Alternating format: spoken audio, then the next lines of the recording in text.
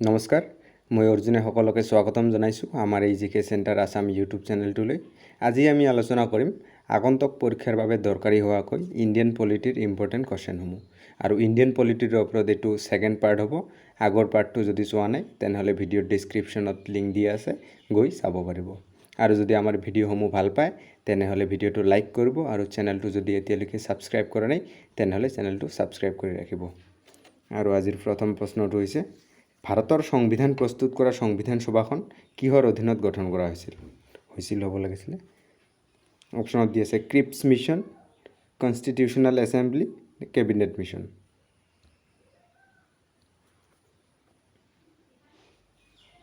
Indian পলিটিৰ ওপৰত আলোচনা কৰা প্ৰথম পাৰ্টত ইয়াৰ ওপৰত আলোচনা কৰিছিলোঁ যে কেবিনেট মিছনে ভাৰতীয় সংবিধান প্ৰস্তুত কৰা সংবিধান সভাখন গঠন কৰিছিল। আৰু ইয়াৰ শুদ্ধ উত্তৰটো হ'ব চি, কেবিনেট মিছনে ভাৰতীয় সংবিধান প্ৰস্তুত কৰা সংবিধান সভাখন গঠন কৰিছিল। ঠিক আছে, মনত ৰাখিব। পৰৱৰ্তী কোৱেশ্যন, ভাৰতীয় সংবিধান সভাৰ প্ৰথম বৈঠক কেতিয়া অনুষ্ঠিত হৈছিল? 26 November 1949, option B 10 June 1946, option C 26 December 1949 আৰু অপশ্যন ডি 9 ডিচেম্বৰ 1946। সংবিধান সভাৰ প্ৰথম বৈঠক অনুষ্ঠিত হৈছিল 9 ডিচেম্বৰ 1946। আৰু ইয়াৰ শুদ্ধ উত্তৰটো হ'ব অপশ্যন ডি, 9 ডিচেম্বৰ 1946। ঠিক আছে, মনত ৰাখিব। আৰু ইয়াত এটা কুৱেশ্যন হ'ব পাৰে যে সংবিধান সভাৰ প্ৰথম বৈঠকখন কোন ঠাইত অনুষ্ঠিত হৈছিল? মনত ৰাখিব, সংবিধান সভাৰ প্ৰথম বৈঠকখন অনুষ্ঠিত হৈছিল দিল্লীত।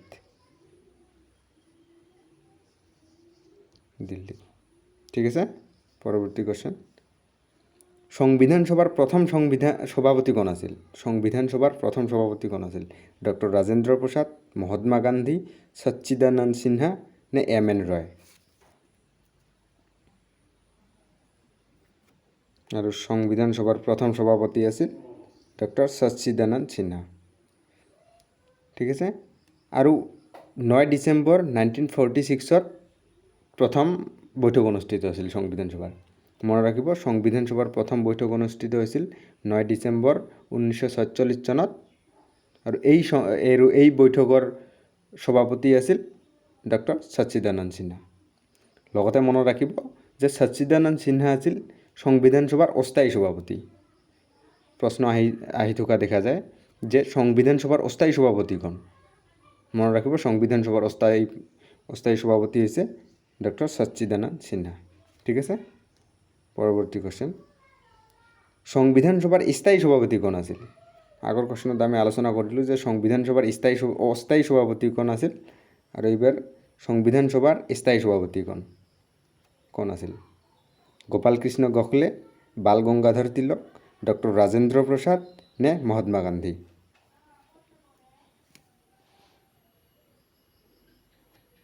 আৰু মনত ৰাখিব, সংবিধান সভাৰ স্থায়ী সভাপতি আছিল ডক্টৰ ৰাজেন্দ্ৰ প্ৰসাদ।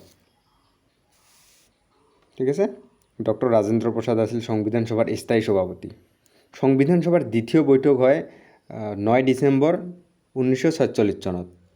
সংবিধান সভাৰ প্ৰথম বৈঠক কেতিয়া আছিল? সংবিধান সভাৰ প্ৰথম বৈঠক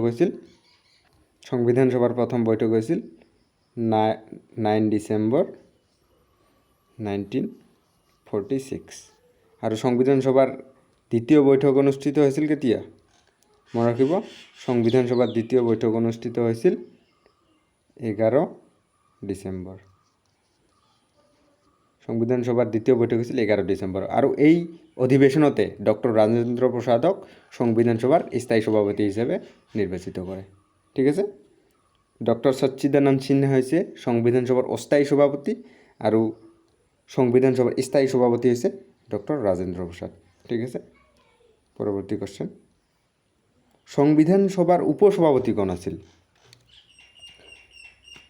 বি.এন. ৰাও, এছ.চি. মুখাৰ্জী, মতিলাল নেহৰু নে বাল গংগাধৰ তিলক? মনত ৰাখিব, সংবিধান সভাৰ উপসভাপতি আছিল এছ.চি. মুখাৰ্জী। ঠিক আছে, পৰৱৰ্তী কুৱেশ্যন, সংবিধান সভাৰ সাংবিধানিক উপদেষ্টা কোন আছিল? BN রাও, ডক্টর রাজেন্দ্র প্রসাদ, মহাত্মা গান্ধী নে MN রয়? সংবিধান সভার সাংবিধানিক উপদেষ্টা কোন আছিল? মনে রাখব, সংবিধান সভার সাংবিধানিক উপদেষ্টা আছিল BN রাও, বেনেগাল নার্সিং রাও। ঠিক আছে, পরবর্তী কোশ্চেন, সংবিধান সভাত মহিলা সদস্যর সংখ্যা কিমান আছিল? 7, 11, 15 নে 18?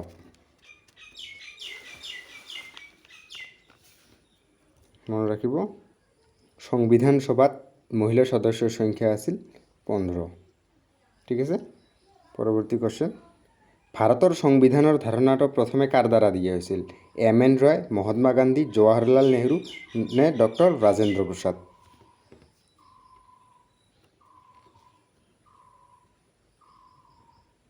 ভারতের সংবিধানের ধারণাটা প্রথমতে MN রায়ের দ্বারা দিয়া হয়েছিল।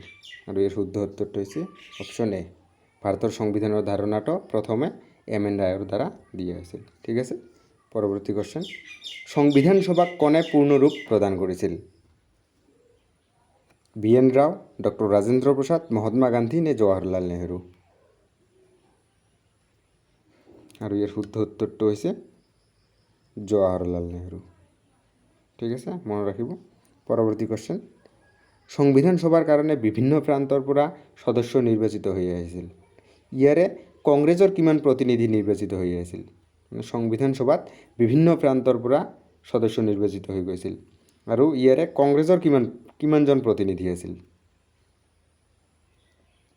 208, 160, 250 নে 216? মনে ৰাখিব, কংগ্ৰেসেৰ পৰা মুঠ প্ৰতিনিধি গৈছিল 208 জন। ঠিক আছে, পৰবৰ্তী কোশ্চেন, অসমৰ লগতে গোটেই নৰ্থ ইষ্টৰ হৈ সংবিধান সভাৰ সদস্য হিচাপে যোৱা ব্যক্তিজন কোন আছিল? ইম্পৰ্টেণ্ট কোশ্চেন, প্ৰায় আহি থকা দেখা যায়। সেইজনে হৈছে সৈয়দ মোহাম্মদ ছাদুল্লাহ। এইটো ইম্পৰ্টেণ্ট, মনত ৰাখিব। সৈয়দ মোহাম্মদ ছাদুল্লাহ আছিল অসমৰ লগতে গোটেই নৰ্থ ইষ্টৰ পৰা যোৱা সংবিধান সভাৰ সদস্য। ঠিক আছে, পৰৱৰ্তী কোশ্চেন, সংবিধান সভাত কোন প্ৰান্তৰ পৰা প্ৰতিনিধি সবাতকৈ বেছি আছিল?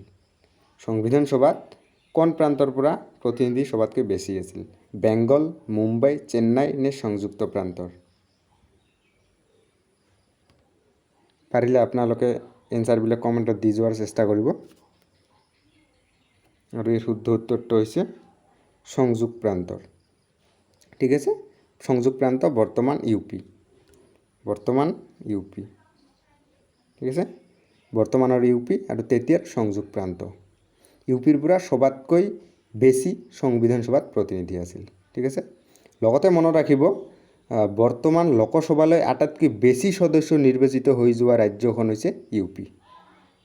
ইউপিৰ পৰা বৰ্তমান লোকসভালৈ নিৰ্বাচিত হৈ যোৱা মুঠ সদস্যৰ সংখ্যা হৈছে 80 লোকসভা।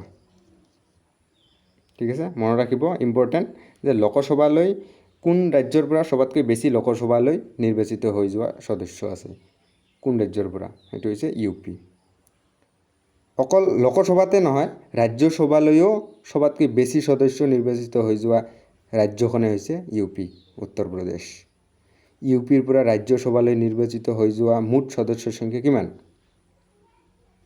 মনত ৰাখিব, ইউপিৰ পৰা ৰাজ্যসভালৈ নিৰ্বাচিত হৈ যোৱা সদস্যৰ সংখ্যা হৈছে 32। 32 হৈছে ৰাজ্যসভালৈ যোৱা সদস্যৰ সংখ্যা ইউপিৰ পৰা, আৰু লোকসভালৈ যোৱা সদস্যৰ সংখ্যা হৈছে 80। ঠিক আছে, লগতে মনত ৰাখিব পাৰে, আমাৰ অসমৰ পৰা লোকসভালৈ নিৰ্বাচিত হৈ যোৱা সদস্যৰ সংখ্যা কিমান? ইম্পৰ্টেণ্ট, এইটো মনত ৰাখিব, আমাৰ অসমৰ পৰা লোকসভালৈ নিৰ্বাচিত হৈ যোৱা সদস্যৰ সংখ্যা হৈছে 14 জন। 14 জন হৈছে অসমৰ পৰা লোকসভালৈ নিৰ্বাচিত হৈ যোৱা সদস্যৰ সংখ্যা। ঠিক আছে, আৰু ৰাজ্যসভাত কিমানজন সদস্য নিৰ্বাচিত হৈ যায় অসমৰ পৰা? নিশ্চয় জানে, ৰাজ্যসভালৈ যোৱা সদস্যৰ সংখ্যা হৈছে 7। আমাৰ অসমৰ পৰা 7জন সদস্য নিৰ্বাচিত হৈ যায় ৰাজ্যসভালৈ। ঠিক আছে, পৰৱৰ্তী কোৱেশ্যন। সংবিধান সভাৰ খচৰা সমিতিৰ অধ্যক্ষ কোন আছিল? BN ৰাও, ডক্টৰ ৰাজেন্দ্ৰ প্ৰসাদ, মহাত্মা গান্ধী আৰু ডক্টৰ BR আম্বেদকাৰ।